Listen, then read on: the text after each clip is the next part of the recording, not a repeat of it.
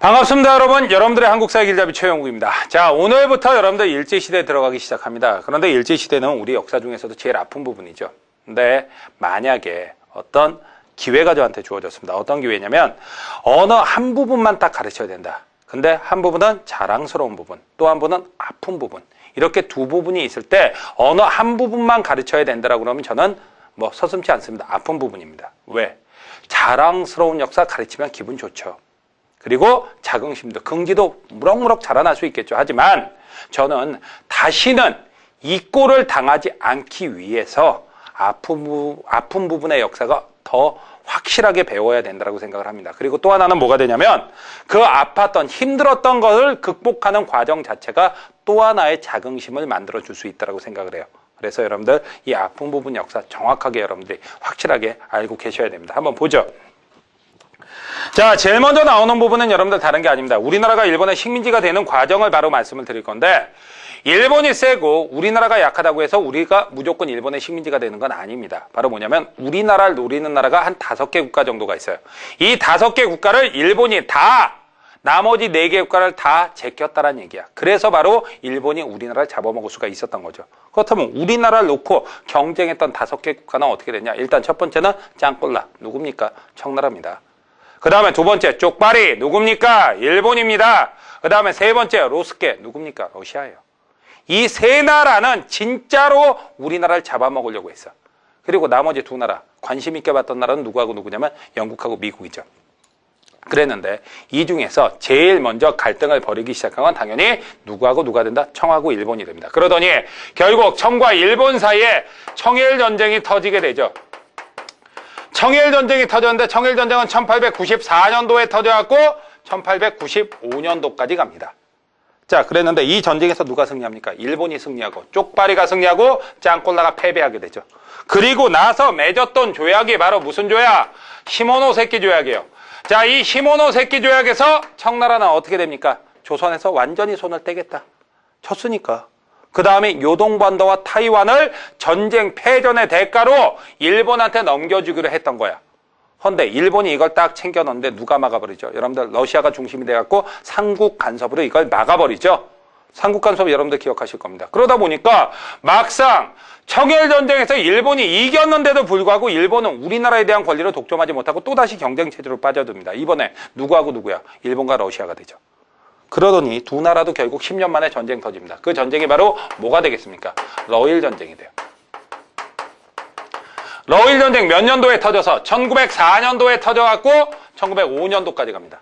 다들 누가 이길 거라고 생각을 했냐면 당연히 러시아가 이길 거라고 생각을 했어요. 하지만 전혀 뜻밖에도 일본의 승리, 그 다음에 러시아의 패배였죠. 아니, 왜 이렇게 일본이 러시아까지 제낄 수 있었냐? 다른 나라의 도움들이 만만치가 않았습니다. 어떤 도움이 있었냐면 먼저 미국입니다. 미국하고는 무엇을 맺냐면 가스라 테프트 밀약이에요. 자, 가스라 테프트 밀약은 1905년도에 맺어진 조약인데 바로 뭐냐? 가스라와 테프트가. 자, 미국의 외무장관인 테프트랑 그 다음에 일본의 수상인 가스라가 몰래 만난 겁니다. 그래갖고 밀약을 맺은 거예요. 뭐냐? 당시 미국한테도 식민지가 처음으로 생겼습니다. 필리핀이에요. 미국이 에스파냐, 바로 스페인이랑 전쟁을 했고 이겨서 그 대가로 무엇을 받게 되냐면 바로 필리핀이라는 식민지를 받았는데 문제는 일본이 한국을 잡아먹으려고 하다 보니까 주변 강대국들의 인정이 필요했죠. 동의와 인정이 필요합니다. 미국도 필리핀 먹으려고 하면 마찬가지예요. 주변 강대국들의 동의와 인정이 필요한 겁니다. 그래서 어떻게 하자? 나눠먹게 하자 그런 겁니다. 야, 미국, 니네가 필리핀 먹어. 대신 우리 일본이 무엇을 먹겠다? 바로 한국을 먹겠다라고 얘기를 한 거죠. 그래갖고 나눠먹게 한 것이 바로 가스라 테프트 밀약입니다. 이게 나왔고요. 그러니까 이제 미국은 누구 편입니까, 여러분들? 미국은 바로 일본 편이 된 거야. 자, 그 다음에 두 번째는 여러분들 바로 뭐가 되냐면 영국도 마찬가지입니다. 영국은 솔직히 우리나라한테 별 관심이 없어요. 관심이 없는데 우리나라를 찝적대는 데는 이유가 있어서 다른 거 아닙니다. 바로 러시아입니다. 러시아가 남하에 올까봐 영국의 관심은 짱꼴라 청나라 잡아먹는 건데 자꾸만 러시아 때문에 한국에 찝적대고 있었죠. 그 대표적인 사건이 거문도 사건입니다. 이때 일본이 나서면서 야, 이제 러시아 걱정하지 마라. 러시아는 우리 일본이 막을게. 그러면서 맺었던 조약이 1902년에 이미 제1차 한일협약을 맺었는데 이걸 좀 더 확실하게 여러분들 제2차 한일협약이라는 걸 맺게 됩니다. 아니, 제2차 한일협약이라니 큰일 날 뻔했습니다. 제2차 영일동맹이라는 걸 맺죠. 오우, 헛소리 할 뻔했습니다, 여러분들. 자, 제2차 영일동맹이라는 걸 맺는데 1, 2차 영일동맹은 결과적으로 다른 거 아니에요. 바로 뭐 러시아를 누가 막겠다? 바로 일본이 막겠다. 그리고 2차 영일동맹에서 확실하게 약속을 하는 건 러시아를 막는 대신에 일본이 확실하게 무엇을 잡아먹는다. 한국을 가져도 좋다라고 영국이 허가해 준 게 바로 제2차 영일동맹이 됩니다. 그러니까 이제 영국도 누구 편이야? 바로 일본 편이 된 거죠. 이러다 보니까 미국, 영국의 이런 지지를 바탕으로 해서 싸웠고 그 결과 러일 전쟁에서 일본이 승리합니다. 일본은 승리하고 나자 여기서 이번엔 무엇까지 하게 되냐면 여러분들 바로 포츠모스 강화조약이라는 걸 맺어요. 자, 포츠모스 강화조약은 1905년도에 맺는데 이 조약으로 러시아는 이제 조선에서 더 이상 간섭하지 않겠다. 조선에서 손 떼겠다. 이제 조선은 누가 먹어라? 일본이 먹어라. 이런 인정을 해주게 되는 거예요. 이러면서 우리나라는 이제 식민지의 길을 걷게 되죠. 자, 어떤 과정으로 식민지를 걷는지 여러분들 이제 하나씩 얘기를 하겠습니다. 자, 제일 먼저 1904년에 무슨 전쟁이 터지냐면 러일 전쟁이 터집니다. 자, 러일 전쟁이 1904년에 발발이 되는데 이 전쟁이 발발하기 전에 우리나라 고종황제는 이미 발표를 했어요. 무슨 선언을 발표했냐면 중립선언을 발표합니다. 중립선언이란 건 바로 뭐냐? 우리는 누구의 편도 아니다. 러시아 편도 일본 편도 아니다. 우리는 우리 편, 이기는 편 우리 편, 이런 얘기를 하죠.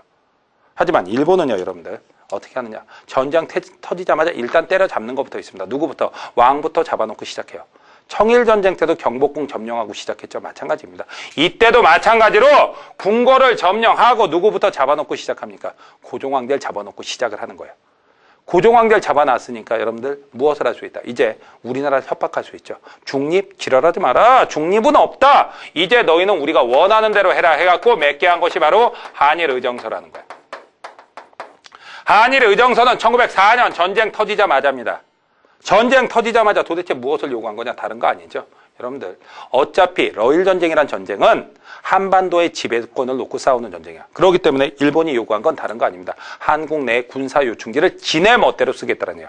군사 전략상 중요한 지점. 바로 군사 요충지를 누가 장악한다? 일본이 장악한다라고 얘기한 것이 바로 한일의정서가 됩니다. 이렇게 일본이 이걸 장악하죠. 자, 우리나라 군사 요충지를 일본이 장악했습니다. 그러다 보니까 전쟁에서 유리해집니까? 불리해집니까? 유리해지죠. 유리해지자 일본은 그 다음에 요구한 것은 다른 거 아니야. 바로 좀 더 센 거, 제1차 한일협약이라는 걸 요구해요. 자, 제1차 한일협약이라는 걸 요구하는데 이게 바로 몇 년이냐면 1904년입니다.